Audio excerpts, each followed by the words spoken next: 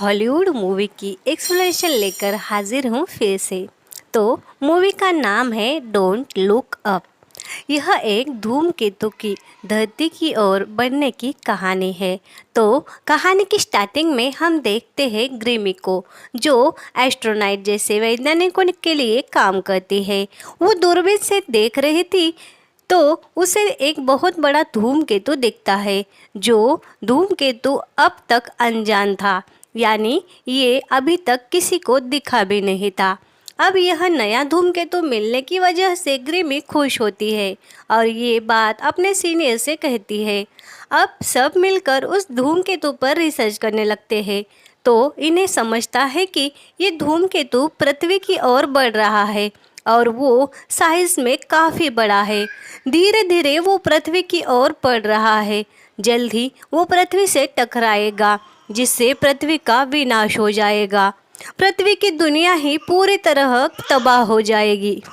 अब ये लोग ये बात बताने जाते हैं नासा के ऑफिस में, तो वहाँ ये बात उन्हें समझाते हैं, मगर ये लोग वहाँ के लोगों को इनकी बात पूरी तरह समझा नहीं पाते। वहाँ पर नासा में एक ऑफिसर था जिसका नाम था डिम। वो इनकी बातें सुन इन्हें व्हाइट हाउस जाकर प्रेसिडेंट से मिलने को कहता है।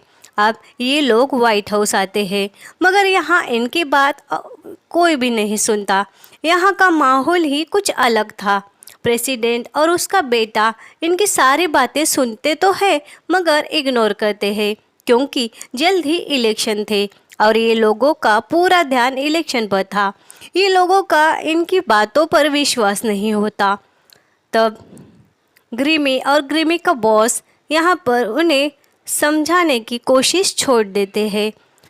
ग्रिमी का बॉस कहता है 6 महीने में ये हमारी पृथ्वी से धूमकेतु टकराने वाला है, जिससे सब खत्म हो जाएगा, मगर इनकी सीरियसनेस कोई नहीं समझता। और प्रेसिडेंट कहती है आप लोग तो कह रहे हैं, अगर वो सच होता तो ये बात नासा पहले ही हमें इन्फॉर्म करती और अन्य कई लोग भी इसका जिक्र करते। ऐसा कहे वो उन्हें टाल देती है और ये दोनों निराश होकर यहाँ से चले जाते हैं। तभी उन्हें डिम भी रेलवे स्टेशन पर मिलता है। वो उन दोनों को कहता है तुम लोग मीडिया की हेल्प लो। अब ग्रिमी और उसका बॉस आते हैं मीडिया के पास। यहाँ वो वहाँ के हेड से बात करते हैं, तो वो भी इनकी बात पहले तो सीरियस ही नहीं लेता और कहता है तुम इस बात को ज़रा बढ़ा चढ़ा कर बोलो। यानी ये हेड उसकी चैनल की टीआरपी बढ़ाने का देख रहा था। अब यहाँ दो एंकर इनका लाइव इंटरव्यू लेते हैं, तो ग्रिमी को समझ जाता है कि ये एंकर इन दोनों को सीरियस नहीं ले रहा। यहाँ एक तो ग्रिमी के बॉस की तबीयत ठीक नहीं थी और फिर भी वो यहाँ लाइव इंटरव्यू दे रहा था, और ये जो 2 एंकर थे वो उनकी बातों का मजाक उड़ा रहे थे। ये देख ग्रिमी उन पर बहुत ज़्यादा गुस्सा होती है और वहाँ से चली जाती है। जाते हुए वो कहती है तुम हमारी बातों का मजाक उड़ा रहे हो, मगर हमारे पास सिर्फ 6 महीने हैं, फिर देखो। अब ग्रिमी तो घर आ जाती है, मगर अब सोशल मीडिया में उस पर बहुत सारे मीम बनाए जाते हैं। उसे साइको ठहराया जाता है। उस पर बने मीम वायरल होते हैं। ये बातें ग्रिमी को बहुत ज़्यादा परेशान करती है, मगर ये धूमकेतु जल्द ही पृथ्वी से टकराएगा, ये भी उसके मन में डर था। अब इनके पास नासा के हेड की रिपोर्ट आती है, तो अब यहाँ नासा के हेड की रिपोर्ट आती है, जो इन दोनों को झूठ ठहराता है। अब कोई रिपोर्ट बनाता है कि ये ग्रिमी की रिसर्च झूठी थी। ये बात सुन ग्रिमी और उसके बॉस रोम को बहुत ज़्यादा गुस्सा आता है और वो कहता है ये बात हुई, ये रिपोर्ट जिसने बनाई वो तो हमारे डिपार्टमेंट से है ही नहीं, फिर इसने ये रिपोर्ट कैसे बनाई और हमारे रिपोर्ट को झूठ कैसे ठहराया। अब रोम का दिमाग खराब हो जाता है। कुछ दिनों बाद यहाँ प्रेसिडेंट की बहुत बदनामी हो जाती है। उसका एक एमएमएस लीक हो जाता है। अब प्रेसिडेंट डिम, रोम और ग्रिमी को पकड़ कर लाने का ऑर्डर देती है। उन तीनों को पकड़कर व्हाइट हाउस लाया जाता है। यहाँ प्रेसिडेंट उनके रिसर्च को सच मानती है, ऐसा कहती है। वो कहती है, मैंने उस नासा के हेड को बेदखल किया जिसने तुम्हारी रिपोर्ट झूठी ठहराई। अब प्रेसिडेंट की चालाकी ग्रीमी की नज़रों से छुपती नहीं। वो समझ जाती है कि प्रेसिडेंट खुद की हो रही बदनामी छुपाने के लिए हमारी रिसर्च को बढ़ावा दे रही है। और सच भी यही था। देश वालों का माइंड डाइवर्ट करने के लिए प्रेसिडेंट ये सब कर रही थी। ये तीनों प्लान बनाते हैं कि उस धूमकेतु को अणु बॉम्ब से उड़ाने का है। और इस बीच में ये लोग काफ़ी फेमस हो जाते हैं। अब वो दिन भी आ जाता है जिस दिन ये लोग परमाणु बॉम्ब उस धूमकेतु की ओर छोड़ने वाले थे। मगर तभी यहाँ आ जाता है एक बिजनेसमैन जो इस प्रेसिडेंट को इलेक्शन के लिए फंडिंग करता था। अब यहाँ जो परमाणु अंतरिक्ष में छोड़े गए थे, वो जिस धूमकेतु के टुकड़े कर उसे नष्ट करने भेजे थे, वो प्रेसिडेंट डीएक्टिवेट करने को कहती है और यहाँ उस परमाणु को डीएक्टिवेट किया जाता है। ये देख इन तीनों को, जो रोम, ग्रीमी और डिम है, ये तीनों कुछ कर सके उससे पहले ये प्रेसिडेंट के लोग इन तीनों को एक कमरे में लॉक कर देते हैं। अब ये जो लोग बाहर एक मीटिंग लेते हैं, उसमें बिजनेसमैन कहता है, धूमकेतु का रिसर्च मैंने भी किया है। उसमें बहुत सारे मेटल छुपे हैं जो हमारे पृथ्वी पर अभी नहीं मिलते।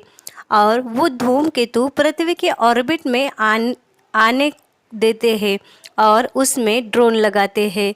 उसमें हम परमाणु से उस धूमकेतु को उड़ा देते हैं और उसके छोटे छोटे टुकड़े पैसिफिक समुंदर में गिराते हैं।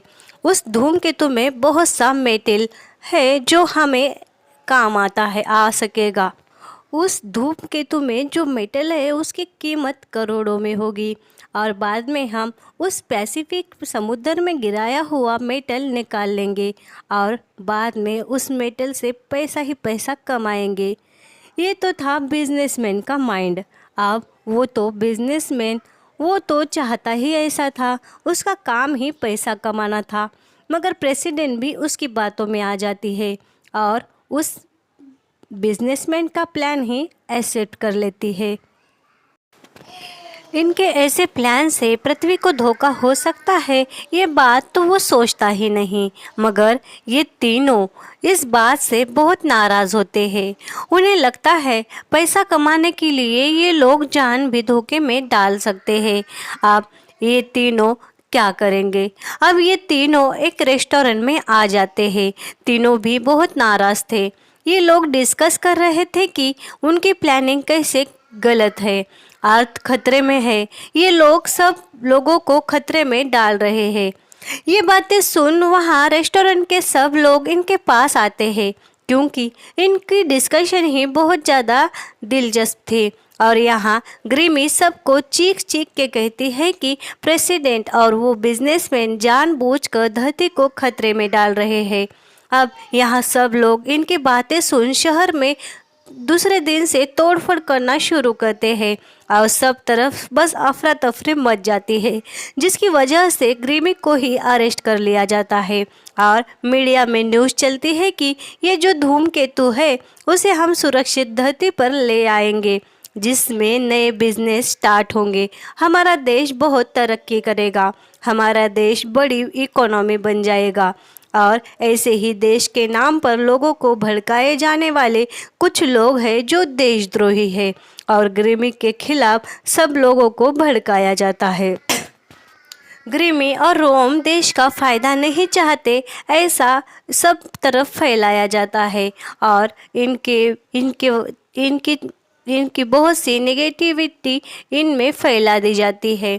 अब यहाँ ग्रीमी से एक कॉन्ट्रैक्ट साइन करवाया जाता है कि वो अब धूमकेतु के बारे में कुछ भी बात नहीं करेगी। उसने ऐसा किया तो उसे सारी उम्र सलाखों के पीछे काटनी होगी। ग्रीमी यहाँ कॉन्ट्रैक्ट साइन करती है। अब उसके पास जॉब भी नहीं था तो वो वापस अपने घर जाती है। तो यहाँ उसके पापा भी उसे घर में नहीं लेते।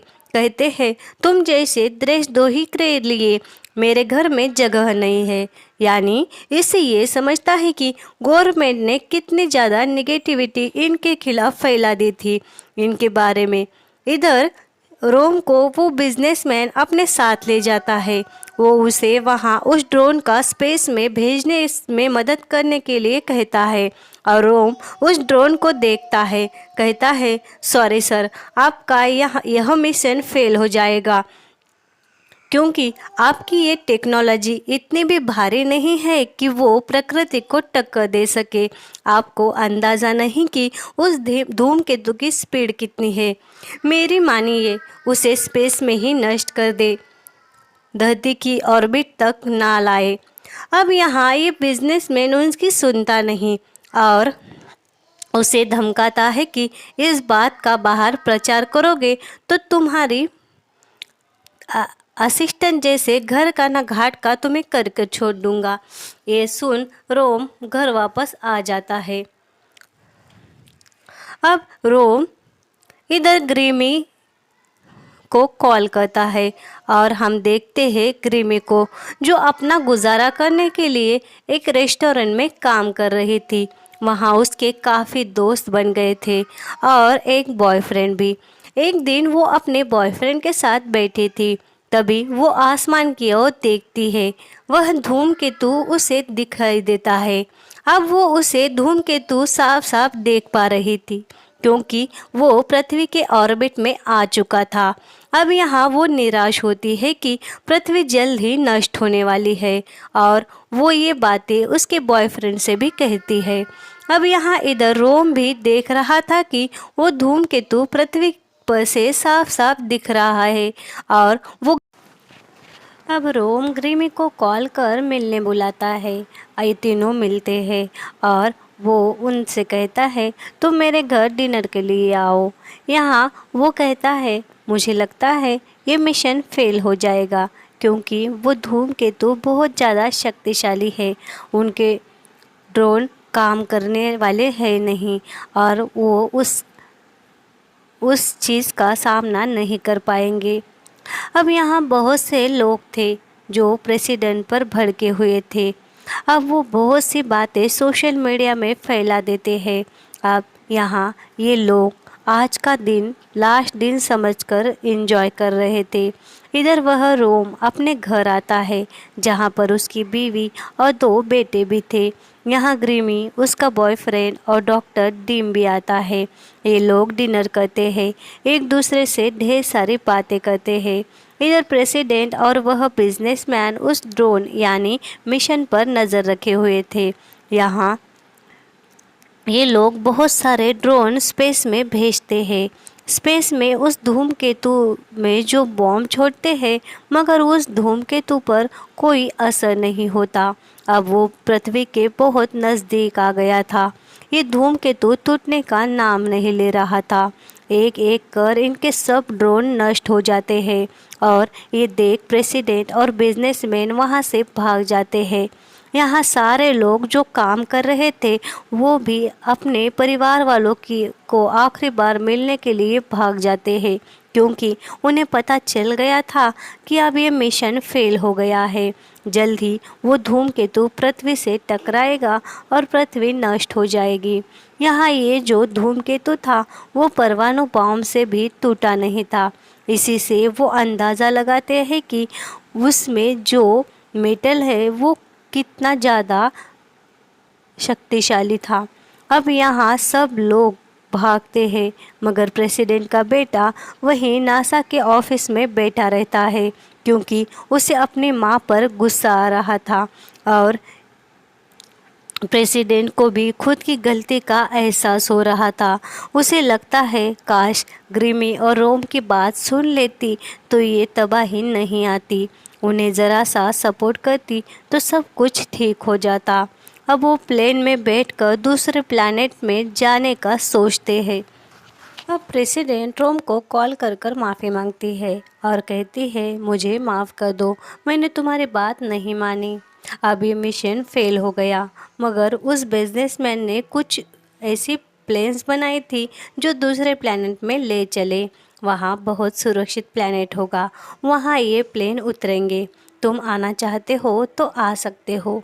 ये बात सुन रोम कहता है, हम बहुत सारे लोग हैं, आपके साथ नहीं आ पाएंगे। मैं आखिरी सांसें अपने परिवार के साथ और अपने दोस्तों के साथ लेना चाहता हूँ। मैं खुशी खुशी मरना चाहता हूँ। ये सुन प्रेसिडेंट को और बुरा लगता है। पहले तो उस प्रेसिडेंट का बेटा, वो भी इसके साथ नहीं आया था, उसने आने से मना किया था। प्रेसिडेंट का बेटा अभी भी उसी नासा के ऑफिस में बैठा हुआ था और मरने की राह देख रहा था। और जल्द ही वो प्लैनेट,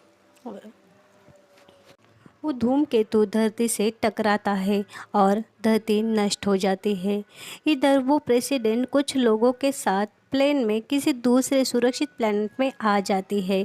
अब पृथ्वी तो पूरी तरह नष्ट हो गई थी। जिनसे जाना हो सका वो लोग वो प्लेनेट पर जा चुके थे और आम जनता गवर्नमेंट की लालच की वजह से मारी गई थी। इधर जिस प्लेनेट पर वो प्रेसिडेंट और उसके साथी उतरे थे, वहाँ एक बहुत बड़ा जानवर आता है और वो प्रेसिडेंट को मार देता है। और ऐसे ही बहुत से जानवर आकर सब लोगों को मार देते हैं। अब यानी इस दुनिया में कोई भी जिंदा नहीं था। और कहानी के लास्ट में हम देखते हैं प्रेसिडेंट के बेटे को, जो एक बिल्डिंग के डिगारे से निकलता है। वो अभी भी सेफ था, पृथ्वी के कुछ हिस्से पर जो पूरी तरह नष्ट नहीं हुआ था। यहाँ वो अपना फ़ोन लेकर एक वीडियो बनाता है और वीडियो में कहता है, मैं अकेला ही इस तबाही से बचा या कोई और भी है, अगर हो तो मुझे कांटेक्ट करो। इतना कहे वो उस वीडियो को सोशल मीडिया पर सेंड कर देता है और ये कहानी यही ख़त्म होती है।